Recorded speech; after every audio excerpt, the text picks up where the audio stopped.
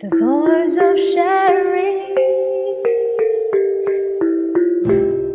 旅人ASEAN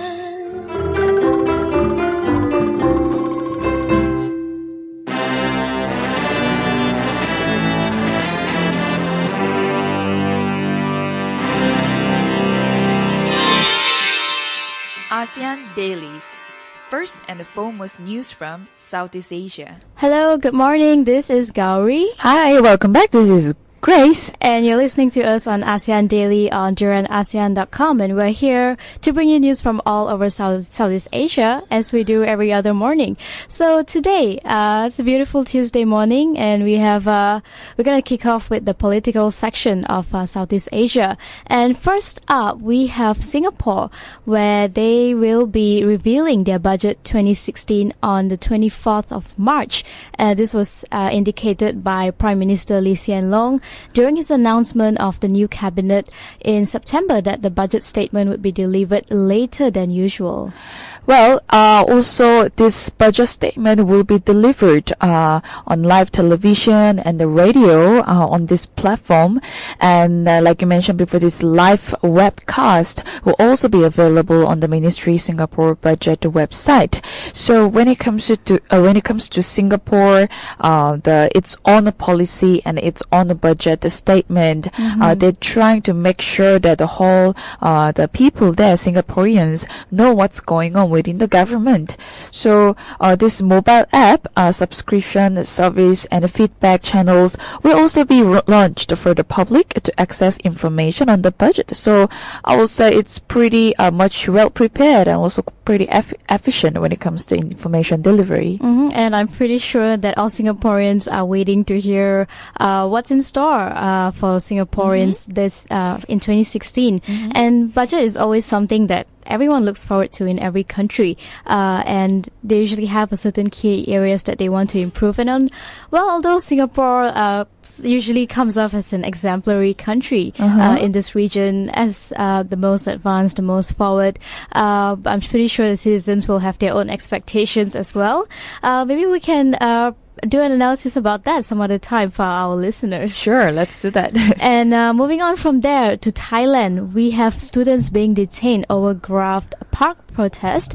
So we have over dozens of Thai students who were detained by soldiers on Monday after they attempted to stage a protest at a public park. And this protest was to voice their discontent against a corruption scandal that has pretty much shaken the kingdom's military rule. And also, authorities now they have detained them to stop them from reaching their destination.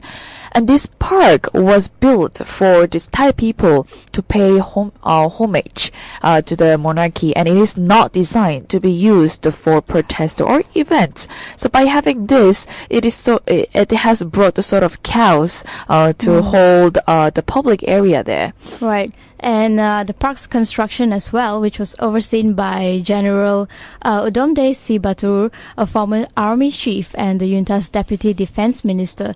Apparently, he has been dogged by a lot of allegations in the local media, also by opposition groups, saying that he received large bribes, or actually he demanded large bribes for various building contracts. And because of that, all the students said they would travel to the park and denounce the corruption, according to a post by the student leader, who also later, of course, announced their detention on social media. Right.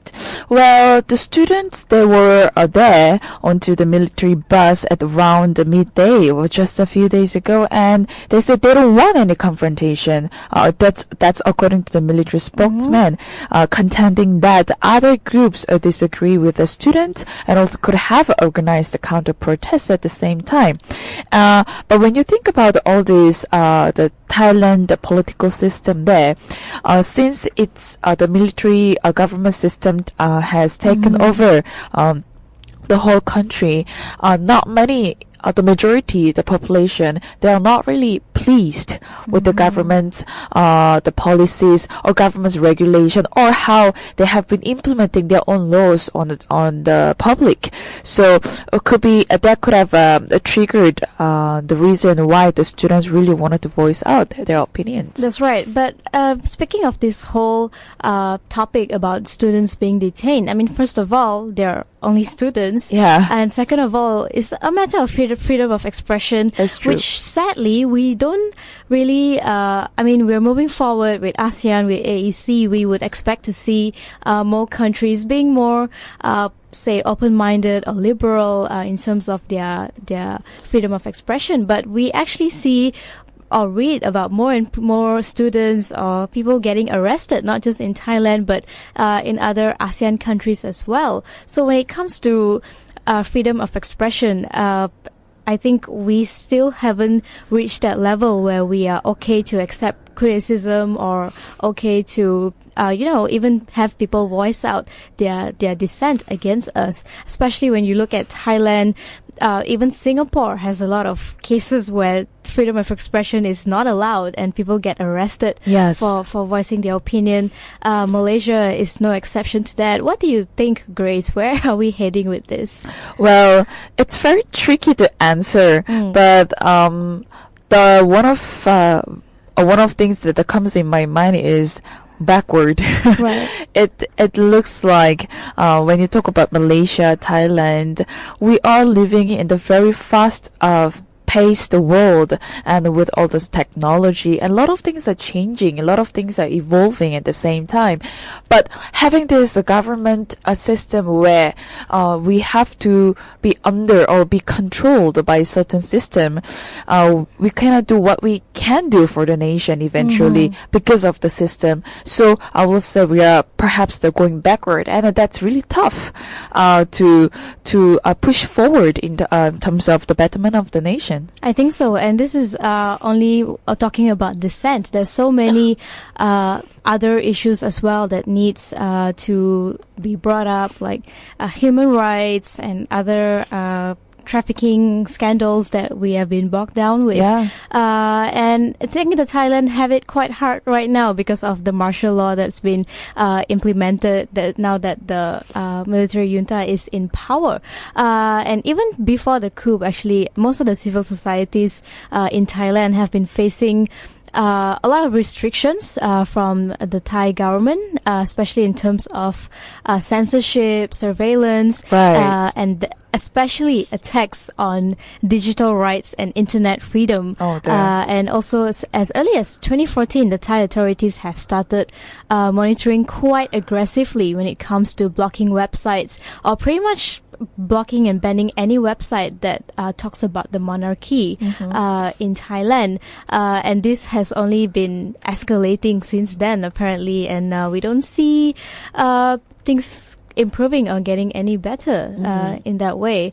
And also speaking of freedom of expression, of course, in Malaysia as well, it's still a problem. And in Malaysia as well, we also have an anti-graft issue that's happening here. And this is involving our PM, where Malaysia's anti-graft agency met the donor of funds in PM's Najib's account. So what they're saying here is they had representatives from the Anti-Corruption Commission who actually went to whatever place that was and met with the donors of Najib Razak just to make sure that this was really donation. That's very interesting. Well, this is very scandalous. The whole nation is very angry at this scandal this moment, and this graft scandal erupted around Najib in July. Just to give you a background, is when the Wall Street Journal reported that investigators focused on the state fund 1 MDB or 1 Malaysian Development Berhad had found that the funds had been transferred into Najib's personal accounts. So that's when this has become a huge issue, not only in Malaysia, but this the issue has been also leaked to outside of Malaysia. And of course, when the report comes about the Malaysia's anti-graft agency meeting the donor, this whole story again that we we just want to know what exactly happened. I mean, meeting the donors, whoever, to be honest, it's fine. But then where's the truth, and why are they coming up with stories after stories? That's right. But you know what Najib also said? He said Bank Negara is also aware of his 2.6 billion donation. So are they going to interview Bank Negara next time? And this is actually according to Bernama, where he said that Bank Negara Malaysia was notified of the donations and the accounts that were created for the transfer of funds from the donor. So there's no intention at all to cheat or to commit offense, because Bank Negara is involved in this and they have been notified about the existence of this account. I'm very interested to hear what Bank Negara would have to say about this. And he said, don't be confused. The account is in my name, but it's not a personal account. And once the investigation is completed, you will hear the truth. He said this in an interview on TV3 just 2 days back. Right. And the interview was conducted by Media Premier News, Current Affairs. And in the interview, our Prime Minister also denied that the 2.6 billion was from any public fund or had anything to do with 1MDB. Of course, the Wall Street Journal had a different report that kind of contradicted his story. But he said, I have not committed any offense or malpractice, and this has been explained in Parliament by Deputy Minister itself. But of course, the question still remains, why were the funds transferred to his personal accounts if he had earlier said that it's my account, but it's not a personal account, and it's done through Bank Negara and all, so it's quite legit. Well, at the same time, we really want to know how to differentiate the personal account and his own account. Right. And at the same time, he may have a number of accounts that is under his name. And then that could be, I don't know, second account, a third account. So it really doesn't matter, but we just need to know why and then how come he wanted to transfer all those money to his account, basically, and what for. And of course, interviewing with all these people, yes, it might be necessary, but where's our transparency here in Malaysia? That's right. I think another important thing to note is that Najib is also the Minister of Finance in Malaysia. So anything that he does, anything to do with money, even if it's donation, if it's not transparent, it's still a matter of trust, like what you said. It's it could even be like a criminal breach of trust, because this is about transferring money into your personal account. And like you said, no matter what interview, what MACC said, he has still breached the trust of the people, maybe also the cabinet, and he's been quite silent about it. And that of course puts the whole thing into question as well. And from there, moving on to the United States, where they agree on spy plane deployment in Singapore amid the China tensions. So in a joint statement after a meeting in Washington on Monday, U.S. Defense Secretary Ash Carter and Singapore Defense Minister Ng Eng Hen had welcomed the inaugural deployment of the aircraft in Singapore from December 7 to 14. Well, it sounds pretty cool, but what do you think, Grace? Deployment of planes? Well, it sounds also quite ambitious at the same time, because it can trigger China's ambition and passion when it comes to South China Sea territorial marking. So the U.S. deployment can anger China, which is at odds with Washington over the South China Sea claims almost the entire energy-rich sea. And of course, China has been building and also marking their territories at South China Sea. And having this, well, it could promote a greater interoperability with the regional militaries through the participation in bilateral and multilateral exercises, while providing timely support for regional HADR and also maritime security effort, which is very true. It is very important to strengthen the security there, especially with all those the China's impact on South China Sea. And it is Yeah, well, it is truly a positive news coming from the U.S. as well as the collaborating with the Singapore. But also, we really need to know how these two countries will have its own stand at South China Sea to be able to perhaps enforce China to sort of like stop their activities and whatever they have been doing so far. Of course, I think this is also in line with Washington criticizing China's building of artificial islands, and also last month, U.S. President Barack Obama also called on countries to stop building artificial islands in the sea and stop militarizing their claims. And the U.S. will, of course, continue to assert its freedom of navigation rights. And China responded by saying that it would continue to build both military and civilian facilities on their islands and pretty much do whatever they please. Washington has not only been working with Singapore, but also with Vietnam, with Philippines, Malaysia, Taiwan, and Brunei to help them build up defense relationships, especially when we talk about the South China Sea rival claimants. In May, actually, the Chinese Navy issued 8 warnings to the crew of a US P-8 that flew near the islands, according to CNN. So you could be right. This could trigger China to be more aggressive in handling the South China Sea issue. But at the same time, I think the countries in Southeast Asia kind of need a little help from the outside or a third-party intervention. But of course, as much as possible, we still want to resolve it within Southeast Asia to show that ASEAN can handle it. Right. And that'll be all from our political section. We will take a quick break. When we come back, let's resume with our economic side of Southeast Asia.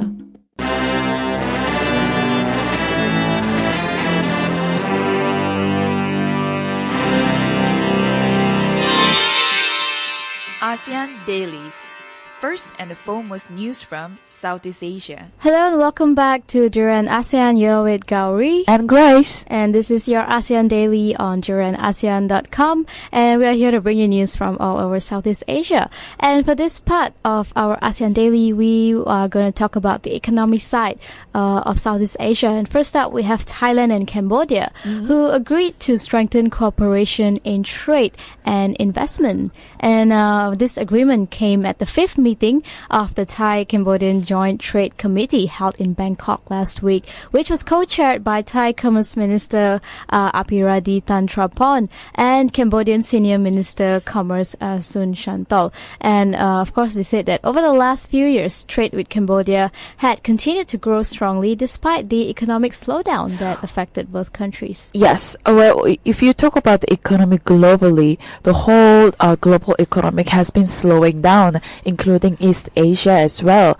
But Cambodia is always a bit far behind when it comes to Southeast Asia. And when you also want to compare the Cambodian's economic growth to its neighboring countries, it is still under the undeveloped nation list with Laos, Vietnam, as well as Myanmar.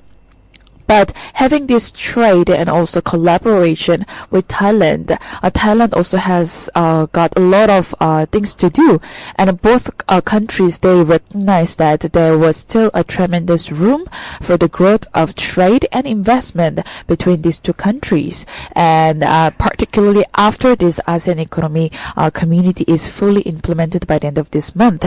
But it's also another question that what can AEC benefit these two countries after all, with all this the free trade agreement going on between these two countries. Right, and I think they are both looking at accelerating the finalization of the memorandums, and some of it include exchanging of traffic rights for cross-border transport under the initial implementation of the cross-border transport agreement to expand the vehicle quota. And they're also looking at bilateral negotiations on agreement on road transport between the two nations, and in a bid to create economic and logistic trade connectivity as well as expand production chains. Both sides will support the joint working group on special economic zone development between Thailand and Cambodia. And this, of course, aims to establish linkage between the special economic zone in both Thailand and Cambodia. And they're also looking at marketing activities to support the two kingdoms, where they came up with this tagline for tourism called Two Kingdoms, One Destination. And this is a concept by Thailand's Ministry of Tourism and Sports, as well as Cambodia's Ministry of Tourism. I think both of them are equally proud of their heritage here, and because of that, they have decided to come together instead of competing with each other to outdo in terms of tourism, because we know that Thailand definitely has a huge number of tourists every year to all their islands. But I think the relationship between Thailand and Cambodia goes back a very long way, and even back then we have issues where people from Thai who are educated tend to have a certain perception about people in Cambodia, and clash of cultures, pretty much like what happens between Malaysia and Indonesia, like what's yours and what's mine. But then again, they have a very long-standing relationship between the two countries, also sort of like a love-hate relationship between Thailand and Cambodia. I think it's also like Japanese and Koreans, maybe. Yeah, perhaps like Singapore and Malaysia as well. Exactly. So I think the important part is that they managed to overcome the differences, and they are working together. And this is also what we want. If you look at the ASEAN summit that happened, of course, it's a working relationship between all 10 countries, but it's also when we get two different countries coming together in spite of that and forming their own understanding and their own trade relations according to what their aims are. For sure. Well, like they said, two kingdoms and then one destination. Definitely, these two countries will attract more people for tourism, and this is something that they really need to perhaps prioritize, because out of all Southeast Asian nations, a lot of people do visit these two countries to visit the heritage and even for a lot of leisure activities as well. So having this collaboration or even trade between two countries will definitely push when it comes to their own economic growth, as well as to contribute their economic growth to ASEAN community. Speaking of ASEAN community, let's move on to talk about the potential as well as the challenges of the ASEAN Economic Community. And we know that it's supposed to have been implemented by 31st December 2015, which is really not that far off. And this was also signed at the ASEAN Summit. And after more than 13 years of discussion, the declaration will come into effect on December 31st, where we're supposed to be the single market with a huge production base of 600 million people. But of course, it's not as easy as it sounds. Although a single market sounds very promising, it's actually promising gross domestic product (GDP) of 2.6 trillion USD, and it's expected to rise by to up to 4.7 trillion USD by 2020. And also, according to the latest scorecard, the group has implemented 79.5% of the measures called for under AEC.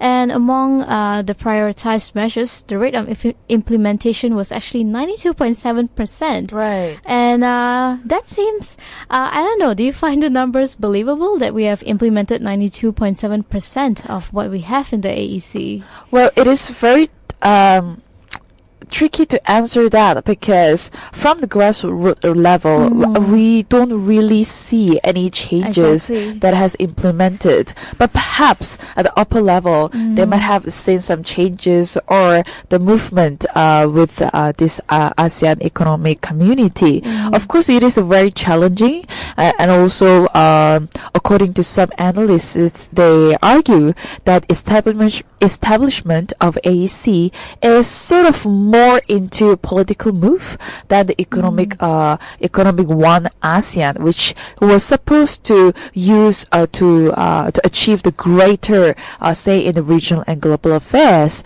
And we also have RCEP, the TPP, and other forms of the free trade agreement that ASEAN needs to and will definitely bring and also to fill the lack of ASEAN identity as well as to challenge each other. But even though after 13 years of discussions and the talks regarding this ASEAN Economic Community, it is still a work in progress, even after it's concluded by the end of this year. Right, and let's talk about the challenges. Like you mentioned, one of the major challenges is reaching out to the grassroots, of course. I think if we still go out and ask people, how can you leverage from AEC? And the first question will be, what is AEC? That remains a big question mark. But some analysts are also arguing that the AEC is more of a political move rather than an economic one.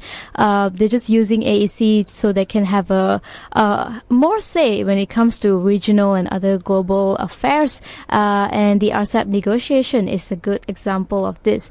But having said that, we also have, of course, the diversity in this region is massive, and there's still a lack of ASEAN identity.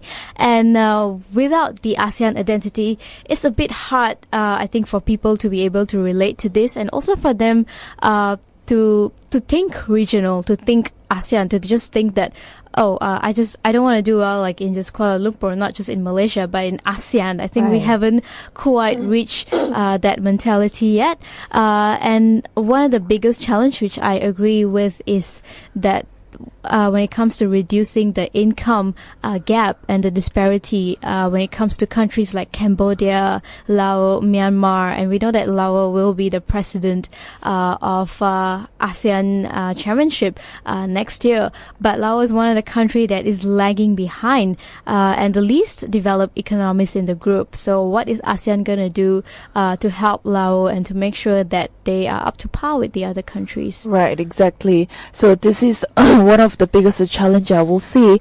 And also at the same time, the CLMV, the countries, they also need to feel inclusive when it comes to ASEAN Economic Community as well.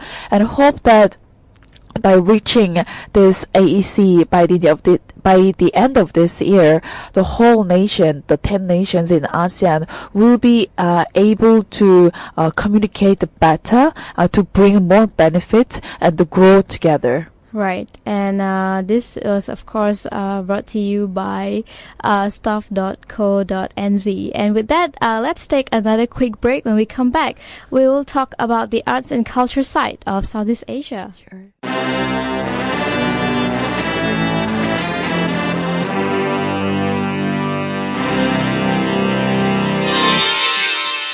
ASEAN Dailies.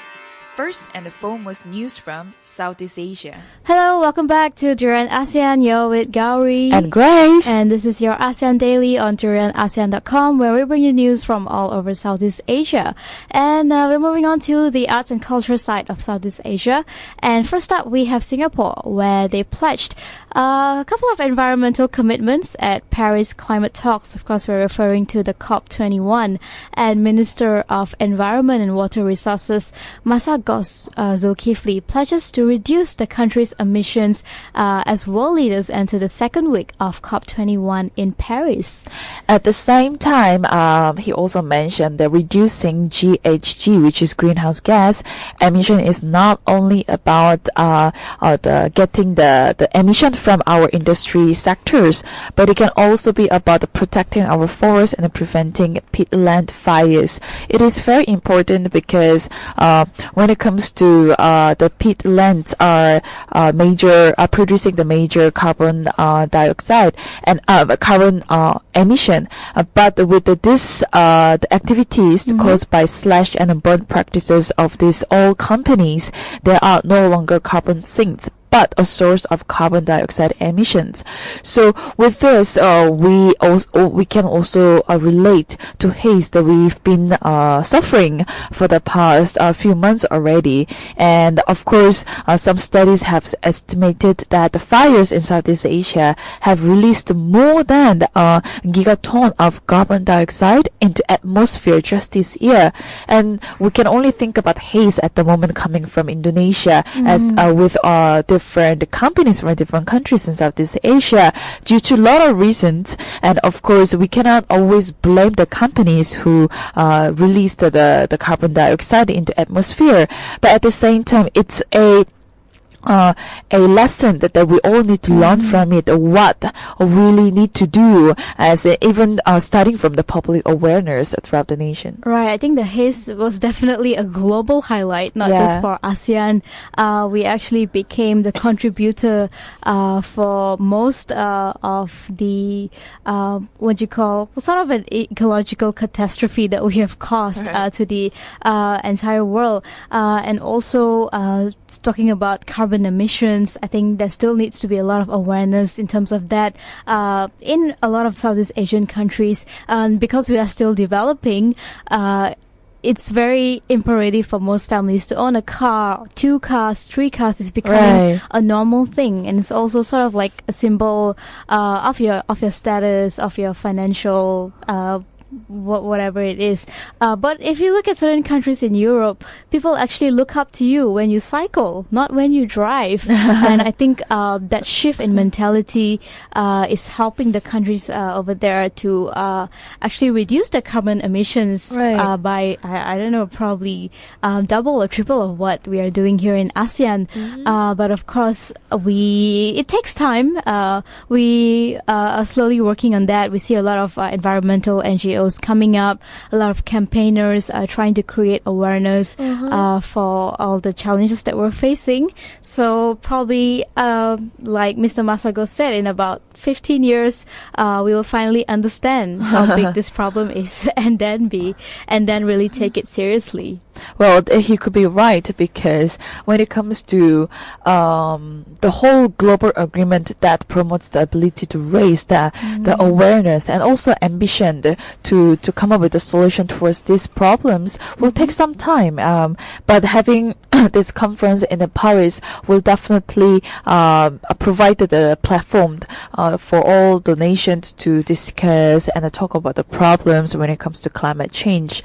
And in fact, one of the highlighted issue, of course, it was haze that has caused, like you mentioned, it was a global issues. Yes. Yeah. And speaking of Singapore, let's move on to another thing that's happening over there. And I'm talking about the 2015 ASEAN Para Games, also known as the 8th ASEAN Para Games, which is currently being held in Singapore from 3rd to 9th December 2015. And I think David Beckham is also there at the moment to watch the games. And it's happening right now, of course. And as of today, we have Malaysian teenage swimmers who are ruling the pool at the games, and it seems that Malaysian teenagers Wilson Sim, Wong Fu Kang, and P stamped their mark as the region's brightest prospects in the pool with record-breaking efforts in Da Nang in another event that's happening in Vietnam. And 18-year-old Wilson also had earlier beaten a few other people and clocked in 3.5497 to share nearly 6 seconds off to meet his own record of 4 minutes last year. And it's been a long and exhausting season for these swimmers. And they are trying to beat the record with whatever little time that they have left. And going back to the ASEAN Para Games, we have the host city at the moment is, of course, Singapore, and it's being held at the moment. Although Singapore is quite compact and quite small, most of the venues used are pre-existing public sporting facilities and whatnot. And the game village was not built as in the 2015 Southeast Asian Games. Right. Instead, they have a village in the city concept, which saw athletes and officials housed in Marina Bay Sands Hotel in downtown Singapore. They have a few arenas, of course, for all the different sports. We have archery, table tennis, badminton, sailing, swimming, tenpin bowling, just to name a few. And I think what I'm most interested in is the medals table, of course, to see how all the ASEAN countries are doing. And right on top of the table, with 52 gold medals, we actually have Indonesia topping the list, followed by Thailand with 44 medals and Malaysia with 33 medals. So we're in third place. And the host city, Singapore, is actually in fifth place with 17 gold medals so far. Right. So this 8th ASEAN Para Games, we really hope that it's not just another competition from all countries in ASEAN, but hope that we can all be connected individually, a community in terms of community, and also furthermore countries to reach our dreams to become one community after all. Right. And then, like you shortly mentioned before, David Beckham's surprise present, this Para Games will attract more traffic, perhaps, and also he can also motivate all these participants at ASEAN Para Games to continue their energy and then continue their effort towards to end this game successfully. And of course, I don't want to sound like I'm sympathizing, but it's great that we have Para Games to celebrate those who are maybe less fortunate or who are not quite fully lucky as we are to have been born with perfect limbs. And so far we have 1,185 participants in the Para Games this year, and I think this is a great platform for them to show that they are no different from us, and they can equally achieve and go up to the regional or international level like everyone else. And what you really need is the will to succeed.